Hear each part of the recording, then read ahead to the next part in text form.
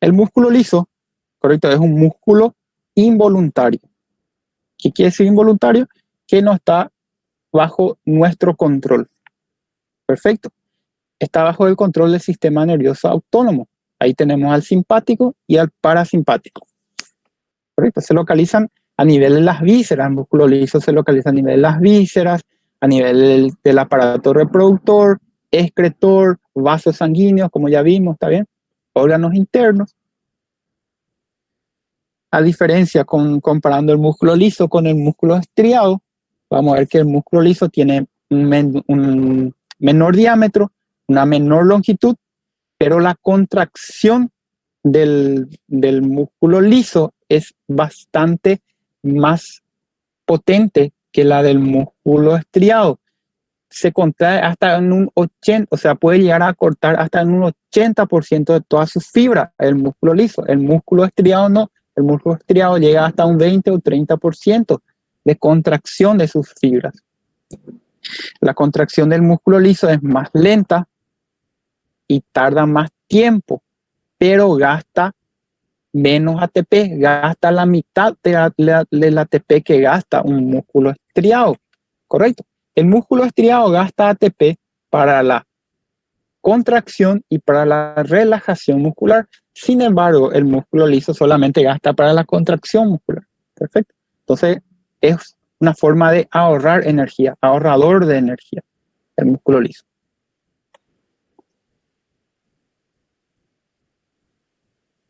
Con respecto al músculo liso, tenemos dos tipos de músculo liso, el multiunitario y el unitario.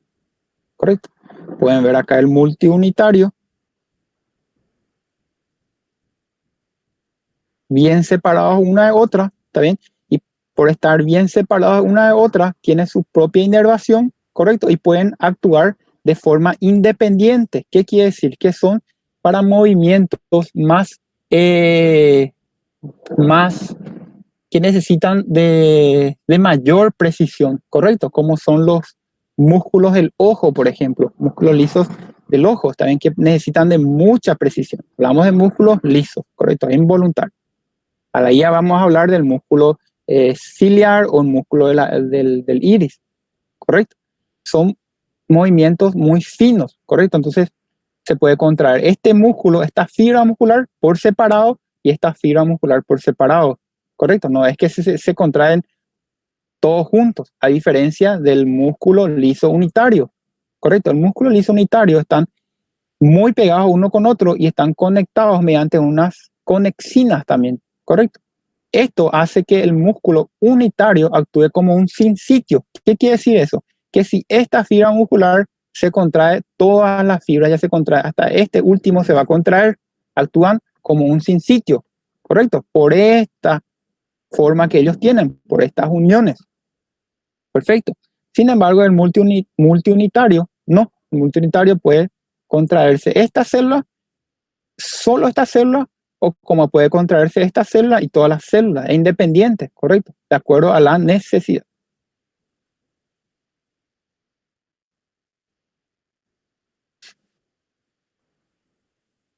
Professor, ¿Sí?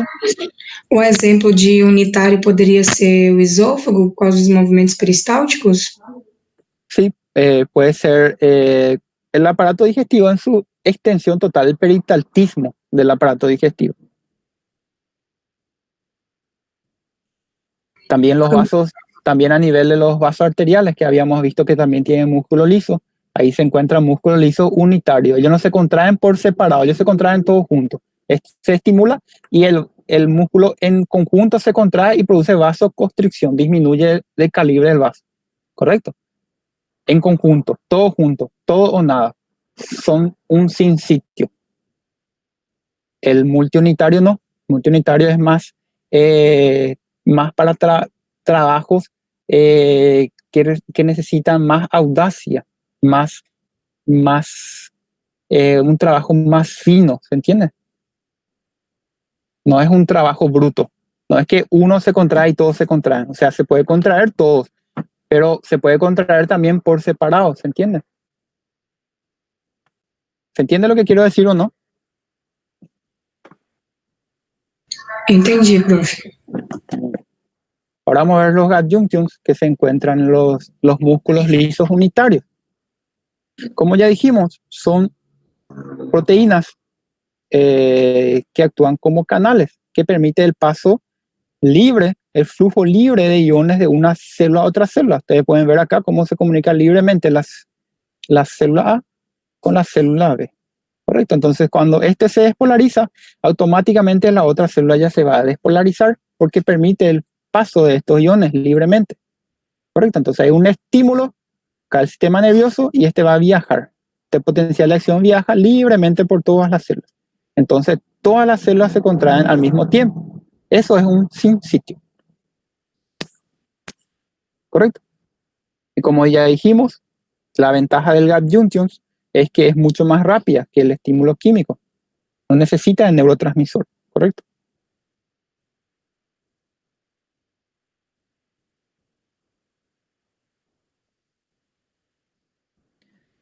El músculo liso, lo mismo que el músculo estriado, también va a depender de calcio. Para contracción tiene que haber calcio. Solamente que el músculo liso no presenta troponina en su estructura. ¿Correcto? En lugar de la troponina vamos a tenerle a la calmodulina. Cuando hablamos de músculo liso hablamos de calmodulina. Correcto, vamos a hablar del complejo calcio-calmodulina. Se van a unir y cuando se une el calcio con la calmodulina, correcto, van a unirse a una quinasa, a una miosina quinasa. Esta miosina quinasa va a fosforilarle a nuestra miosina para que nuestra miosina se contraiga. Correcto, es diferente, no es que el calcio le separa a la troponina, ahora le fosforila a una enzima que es miosina quinasa, o sea, le activa la miosina quinasa y ella le fosforila a la cadena ligera.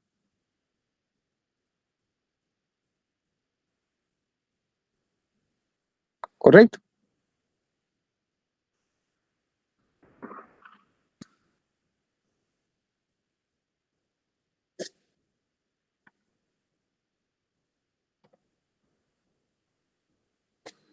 Un poco más adelante creo que tengo una imagen. Acá. Entonces el músculo liso va a tener filamentos finos y filamentos gruesos. Lo mismo, actina, miosina. Solamente no tiene troponina, el complejo troponina, en vez de ello tiene la calmodulina. El músculo liso, como ya dijimos, se contrae hasta un 80% de su longitud. Sin embargo, el músculo esquelético se puede contraer solamente hasta un 30% de su longitud. Las contracciones son más duraderas. La contracción tarda más en el músculo liso. El músculo liso gasta mucho menos energía. Es ahorrador el músculo liso de energía. El músculo estriado gasta el doble de energía que el músculo liso. ¿Correcto? Y el músculo liso posee mayor fuerza de contracción. ¿Correcto? ¿Por qué posee mayor fuerza de contracción? Porque el acoplamiento actina-miosina es más prolongado que en el músculo esquelético. No se confundan esta parte. Perfecto. Acá tenemos nuestro líquido extracelular y nuestro líquido intracelular. Se genera el potencial de acción. El potencial de acción se propaga por todas las células, ¿correcto? Ingresa calcio, se abren canales de calcio, ingresa calcio. El calcio también reacciona por el retículo sarcoplásmico. El retículo sarcoplásmico almacena calcio, ¿correcto? Entonces libera más calcio. Entonces aumenta los niveles de calcio dentro de la célula. Correcto, dentro del sarcoplasma, que sería la célula, el citoplasma de nuestra célula muscular. Una vez que el calcio aumenta, estas proteínas calmodulinas actúan sobre el calcio, se unen al calcio y forman el complejo calcio-calmodulina. El complejo calcio-calmodulina activa a una enzima, que es la miosina sinasa. Esta miosina sinasa va a producir la fosforilación de la cadena ligera de la miosina. Al producirse la fosforilación de la cadena ligera de la miosina, ella puede hidrolizar ATP. Y al hidrolizar ATP ejerce su golpe de potencia y así contrae nuestro músculo liso. ¿Correcto?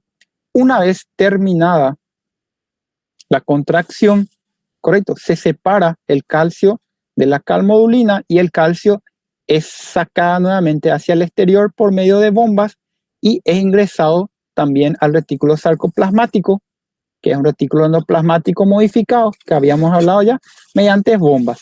Entonces disminuye la cantidad de calcio dentro de la célula.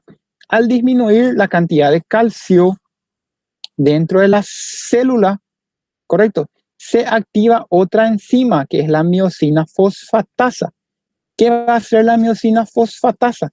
Va a desfosforilar la cadena ligera, o sea, va a quitar el fosfato que le habíamos colocado. Al quitarle el fosfato, ocurre la relajación del músculo liso. Esto es todo el resumen prácticamente de la contracción del músculo liso. Con respecto al potencial de acción del músculo liso, la diferencia es que si ustedes se fijan acá, el potencial de acción del músculo liso está entre menos 50 y menos 60, ese es el potencial de reposo. El umbral de excitación está en aproximadamente menos 40 milivoltios, acá. ¿Correcto? Y vamos a ver dos tipos de potenciales de acción. Potenciales en espiga, que son estos acá, y los potenciales en meseta. Dos tipos de potencial de acción en el músculo liso. Correcto. Esto es más bien del sistema gastrointestinal, del peristaltismo del músculo liso. Correcto. Hay unas células especializadas a nivel del sistema gastrointestinal llamadas células de Cajal que van a producir corriente eléctrica continua.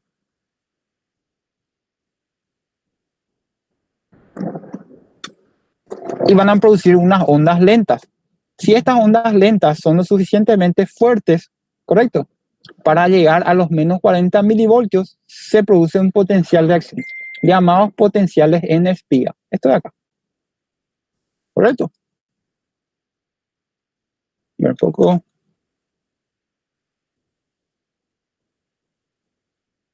Lo que ya dijimos, las ondas lentas y los potenciales de espiga. Un poco ondas lentas son contracciones. Las ondas lentas no son potenciales de acción. Una onda lenta no puede generar un potencial de acción por sí solo, solamente son cambios fluctuantes del potencial de acción. Se facilita o no se facilita la generación del potencial de acción. Esto es producida por estas células especializadas, llamadas células de Cajal. Correcto, estas son células que actúan como marcapasos, producen corriente eléctrica y producen las ondas lentas. Estas ondas lentas facilitan la generación de un potencial en espiga. Acá están. Ondas lentas son cambios lentos y ondulantes del potencial de reposo. Correcto, pero no generan un potencial de acción. Potenciales de acción son los potenciales en espiga. Todo esto vamos a detallar muchísimo más cuando hablemos de músculo liso gastrointestinal. Estamos hablando de generalidades aún.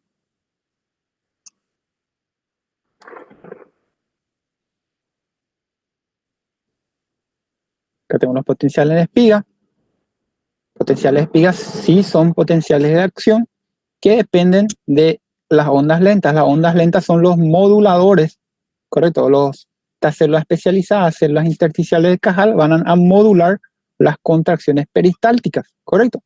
Si queremos que el músculo liso se contraya con más frecuencia, ¿qué es lo que vamos a hacer? Vamos a aumentar nomás estas contracciones de ondas lentas, correcto, para que se llegue más cerca al umbral de excitación. Una vez llegado al umbral de excitación, igual que todos, se genera la ley de todo o nada, o sea, se abren los canales de sodio de forma masiva, voltaje dependientes, ingresa sodio de forma masiva y despolariza la célula.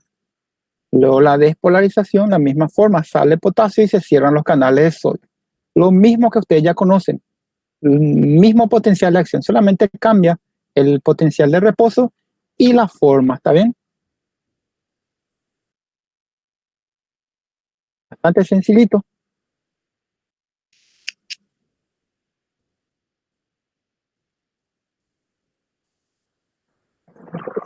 es eso? También en el músculo liso existen el potencial tipo meseta, igual que el músculo cardíaco. La despolarización se produce por entrada de sodio, luego hay una meseta, correcto, que sería producida por unos canales lentos de sodio y calcio, ¿se acuerdan? Lentos de sodio y calcio, que aumenta la duración de las contracciones para que la contracción sea más duradera. Eso ocurre a nivel de las células musculares lisas del útero, por ejemplo, o del uréter, de donde se necesite de unas contracciones duraderas, ¿correcto? A nivel del uréter, por ejemplo, para transportar la orina, ¿correcto? El músculo liso del uréter. La vejiga, músculos lisos que necesitan de unas contracciones prolongadas, ¿correcto? Sostenidas. También tienen meseta. Perfecto. Muy bien. De esta forma, terminamos nuestro contenido de fisiología, ¿correcto? Todo esto no hablamos en profundidad porque hablamos de generalidades. Cuando nos toque profundizar, vamos a profundizar mucho más. A uno va a tocar hablar de estas cosas en Fisiología 2. Entonces hasta acá llegamos. Ahora vamos a marcar nuestro examen final, vamos a organizarnos para que todos terminen de la mejor manera, ¿correcto? No quiero que nadie termine mal mi materia, quiero que todos terminen bien, entonces vamos a organizarnos, vamos a ver cómo nos ayudamos. Perfecto. Y ese ya es solamente eso. Le voy a estar habilitando el trabajo práctico de biofísica, posiblemente en el transcurso de la tarde. Perfecto.